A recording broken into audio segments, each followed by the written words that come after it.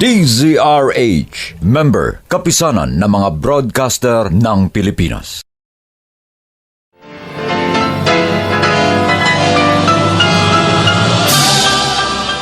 Buong karangalang inihahandog ng DZRH ang isa pang magandang dula, May Pangako, ang bukas. Grabe ka naman magbiro, Lord. Ganyan ka ba talaga? Mahilig ka ba sa mga sorpresa? Bakit naman ang pinakamahalagang tao pa sa buhay ko? Bakit siya? Dapat ako. Sana ako na lang. Sana ako na lang! May Pangako, ang bukas. Kasaysayan ng mga kaluluwang lupaypay na ang pusong hapong-hapo sa tindi ng malabis na pagdurusa. Subalit sa kabila ng lahat, huwag kalilimutang paglipas ng isang dapit hapon ay sisikat ang araw na magsisilbing tanglaw sa sinumang tinakasan na ng kawalang pag-asa. Dahil sa likod ng mga hinagpis ay may naghihintay na ligaya. Sa bawat kabiguan ay may makakamit na tagumpay, laki pang pangarap na sa bawat himaymay ng laman ay muling mabuhay ang dugong nananalaytay sa mga ugat at unti-unting mauusal ang mainspirasyong mga katagang. May Pangako, ang bukas. May Pangako, ang bukas. Isa na namang natatanging dulang pangradyo na inyong aabangan at kalulugdan, mag-iiwan ng mga magagandang halimbawa at aral. May Pangako, ang bukas.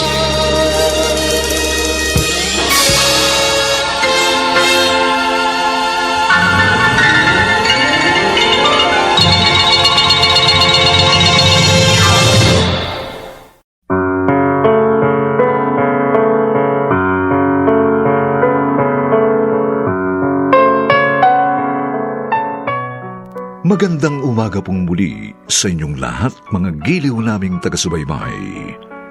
Narito na po ang ika-4 na kabanata ng ating tampok na kasaysayan sa linggong ito, pinamagatang Sana Ako Na Lang. Dito pa rin sa ating natatanging dunang May Pangako, ang bukas.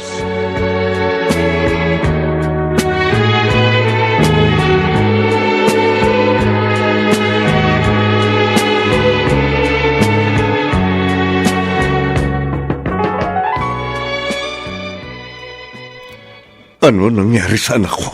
Akala ko nasa Canada ka. Bakit naririto ka? Sagutin mo ang tanong ko. Ano nangyari sa anak ko?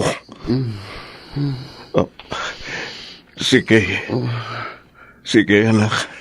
Pa, ikaw ba yan? Oo. Ako ito, anak. Nananaginip ba ako? Hindi. Hindi ka nananaginip. Totoo ito. Umuwi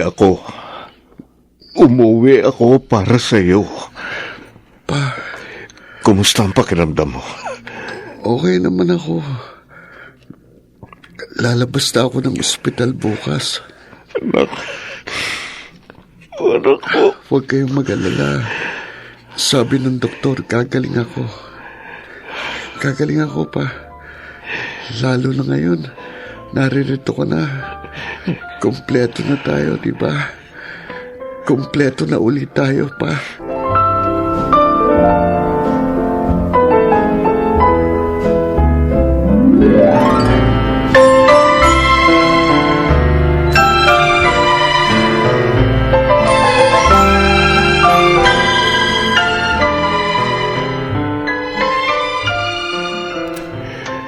Totoo bang nag-resign ka na sa trabaho? Wala mag-aasikaso kay Sik. Dapat nga, nung pa ako nag-resign dapat mas pinagtuunan ko ng oras at atensyon ng mga anak ko. Ngayon, pakiramdam ko, huli na ang lahat. Huwag kang mag-alala. Ako nang bahala sa lahat ng gastusin niya. Ipagagamot natin siya. Hindi ako papayag na hindi siya gumaling. Danilo, masyado ba tayong naging makasarili? Melda, Masyado tayong naging abala sa paghahanap buhay para maibigay ang lahat ng pangangailangan nila. At matyak na mayroon sila magandang kinabukasan. Pareho nating inakala na kapag mayroon tayong sapat na pera, maaari nating kontrolin ang kapalaran ng ating mga anak. Pero ngayon, eto tayo. Nasa harap ng isang hindi inaasahang pagsubok. yan din ang iniisip ko habang nasa eroplano ako. Naalala ko. Napansin ko umuubo ng sisiki. Pero akala ko ordinaryong ubo lang. Sinabihan ko lang siya uminom ng gamot. Wala akong kaalam-alam. Sintomas na pala yun ang sakit niya. At nang minsan nagkasagutan kami ni Mary Ann, isinumbat niya sa akin ang mga pagkukulang ko bilang isang ina. Nagalit pa ako. Pero ngayon ko napagtanto, totoo naman ang lahat ng sinabi niya. Mula noon, wala na akong ibang inatubag kundi magtrabaho. Punahin ang mga pagkakamali nilang magkapatid. Ngayon, tinatanong ko ang sarili ko. Naging ina nga ba ako sa mga anak natin? Pareho tayo nagkulang sa kanila. Tama ka. Pareho nating inakala na marangyang buhay ang kailangan ng mga anak natin. Pero ang katotohanan, tayong dalawa, ang ating presensya, ang ating pagmamahal at pag-unawa, ang kailangan nila. Ang hiling ko na lang ngayon, sana hindi pa maging huli ang lahat para sa atin. At para maiparamdam natin sa kanila ang pag-aaruga at pagmamahal ng isang magulang. Happy birthday to you. Happy birthday, ate. Thank you. Happy birthday, Mary Ann. Sige na, i-blow mo ng candles mo, anak. Okay, blow. Ayos! Oh, mamaya buksan yung mga regalo namin sa inyo, ha? Kumain na muna tayo. Mabuti pa nga, Tito. Kanina pa ako nagugutom kaya. Ate, patikim ako ng cake. Okay. Sige. Pag-i-slice kita. Sandali lang. Oh, Rian. Thanks, Tita. Maupo ka na rito sa tabi ni Mary Ann nang makakain ka na ng maayos. Ay, Si Doc! Si Doc. Doc, pasok! Tuloy! Ako, mukhang sakto ang dating ko galing mong tumiming, Doc. Ako pa ba? Ilang beses nang may nagbe-birthday dito sa ospital. Kaya kabisado ko na ang amoy na natitrace ko agad. Sige na, Doc. Kain na. Oy, thank you Sige, kumusta ka na? Doc, Ready ka na ba sa chemotherapy mo sa Makalawa? ready na ako, Doc. Yun, very good. Excuse me. Pwede, wag muna nating pag-usapan yung tungkol kay CK ngayon. Sorry, Marian. O nga naman, si Tito at Tita na lang ang pag-usapan natin. At bakit?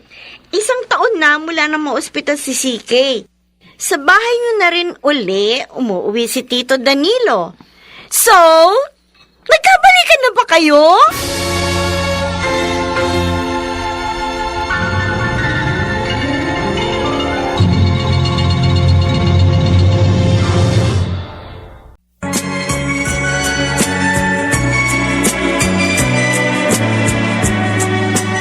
At ngayon, balikan natin ang tampok na kasaysayan sa ating dulang. May pangako ang bukas.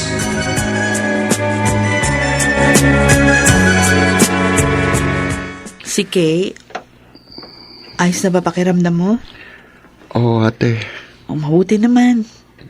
Oo nga pala, may dala akong Shield Bath Soap. Maligo ka today ha, kahit nandito ko sa ospital, para mapreskohan ka. Oo. Siguro, nasasanay na rin ako rito sa ospital. Mag-isang taon na rin akong pabalik-balik dito eh. Bilib nga ako sa tapang mo. Kailangan kong maging matapang kung gusto kong mas makasama pa kayo ng mahabang panahon.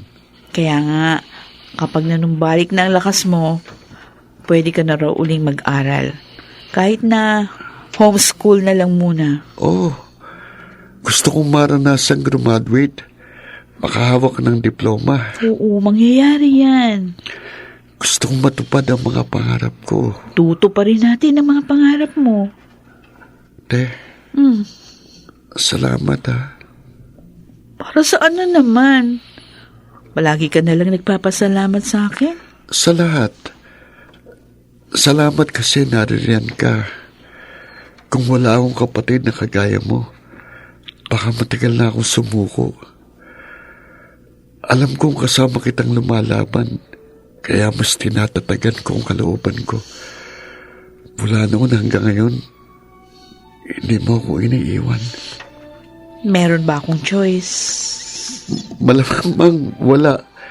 Kasi ako lang naman ang kapatid mo eh. Kaya nga, tama. Oh, wait. Gusto mo manood tayo ng movie ngayon? Sige ate. Okay, sige. Sina mama at papa, okay na ba ulit sila? Ano sa tingin mo? Kung magkakabalikan sila at mas magiging maayos ang pagsasama nila dahil sa nararamdaman ko, mas matutuwa ako.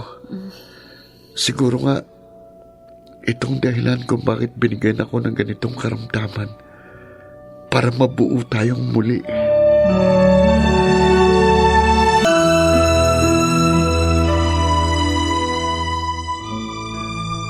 Dok, ano nangyayari sa anak ko? Calm down, ma'am. I'm on my way. Titingnan ko kung anong problema. Pero maaaring isailalim na natin siya sa operasyon. Ano? Dok, gawin niyo ang lahat. Iligtas niyo ang anak ko. O siya, maiwan ko muna kayo. Danilo. Diyos ko. Paano kung may masama mangyari sa anak natin? Huwag kang mag-isip ng ganyan. Halika, doon tayo sa chapel. Manalangin tayo. Teka, si Mary ang tatawagan ko.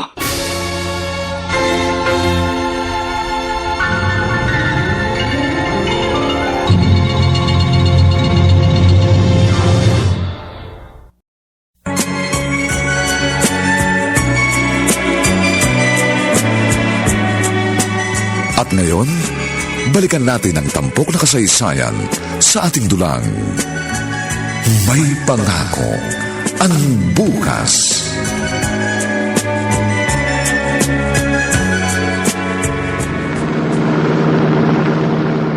Oh, sige ma. Oo, papunta na ako dyan. Bye! Bibilis ako pang patakbo nitong kotse ko. Oh God, iligtas niyong kapatid ko. Hindi ko makakaya kung mawawala siya. Huwag niyo siyang kunin ngayon. Huwag muna, hindi pa kami handa. Hindi pa kami handang mawala si CK. Oh, teka, ang preno! Bakit hindi ko makagat ang preno? Hindi!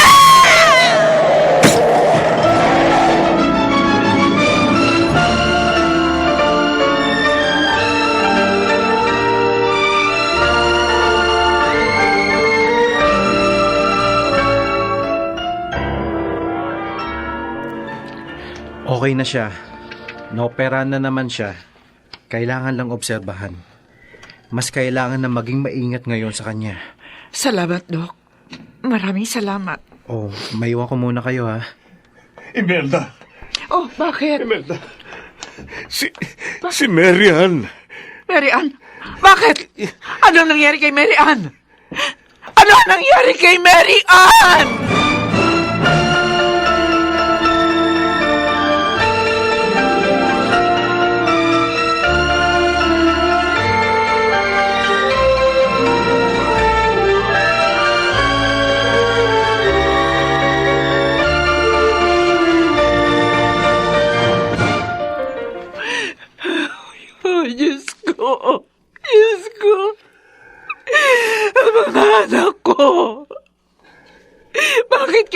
magkasabay-sabay sila sa ganitong sitwasyon.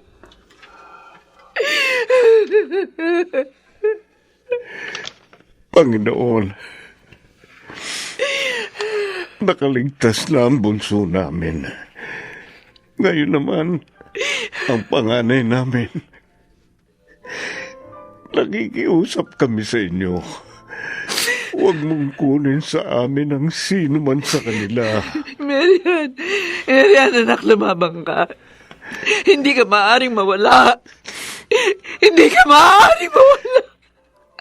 Kung dahil sa mga kasalanan namin, kaya nangyayari ito sa kanila.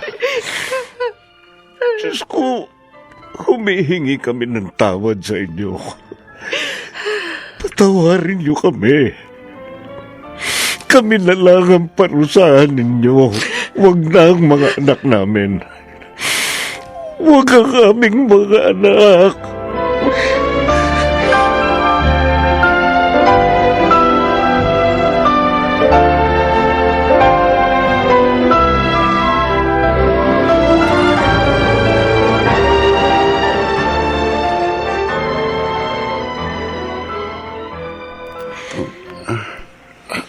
Ate?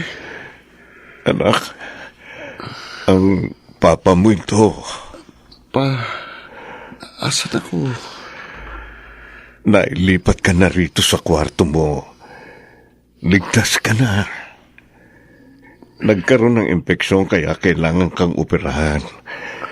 Si Mama. Nasa labas. Si Ate. Gusto kong makita si Ate. Napanaginip ako siya bago ako nagising. Pupunta siya rito mamaya. Sige na, magpahinga ka na muna.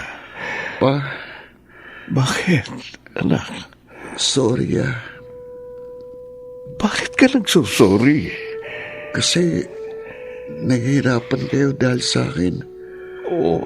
Sorry kung mahina ang katawan ko. Sorry kung sakitin ako, Anak, huwag kang magsasalita ng ganyan. Ano ka ba? Walang may gustong mangyari sa iyo ito. Ang tandaan mo lang, naririto kami. Naririto kami para sa iyo. Kaya magpalakas ka.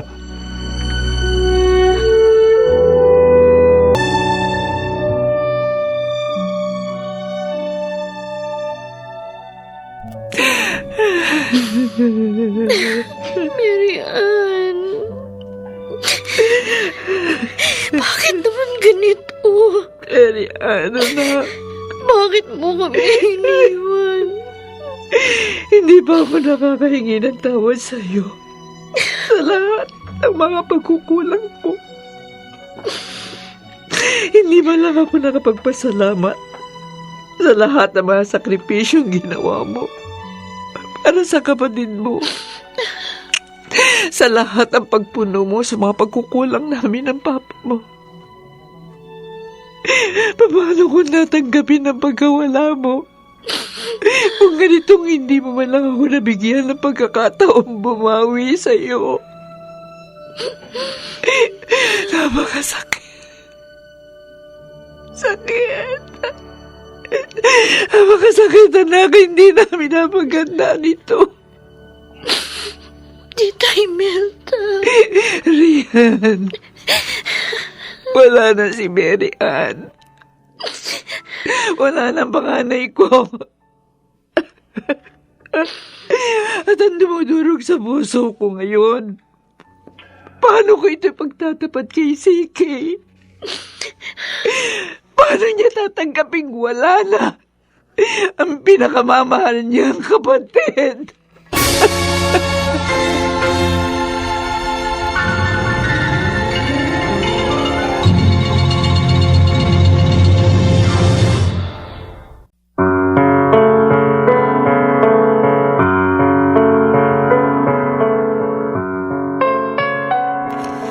Paano nga ba tatanggapin ni CK na wala na ang kanyang ate Mary Ann?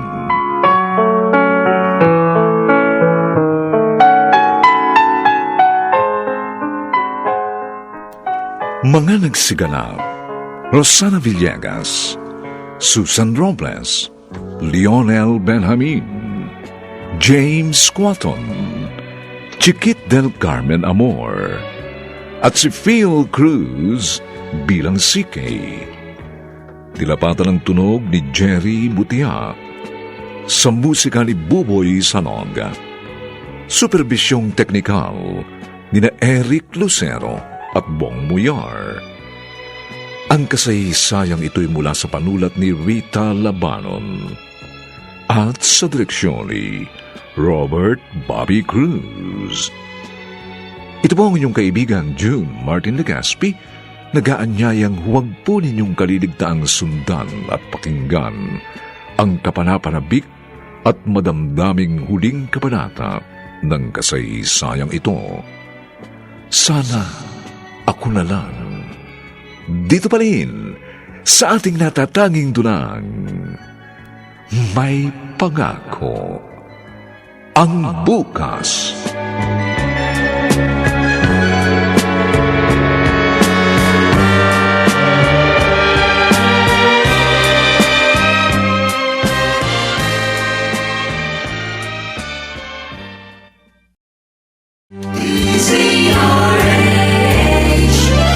DZRH, member, kapisanan ng mga broadcaster ng Pilipinas.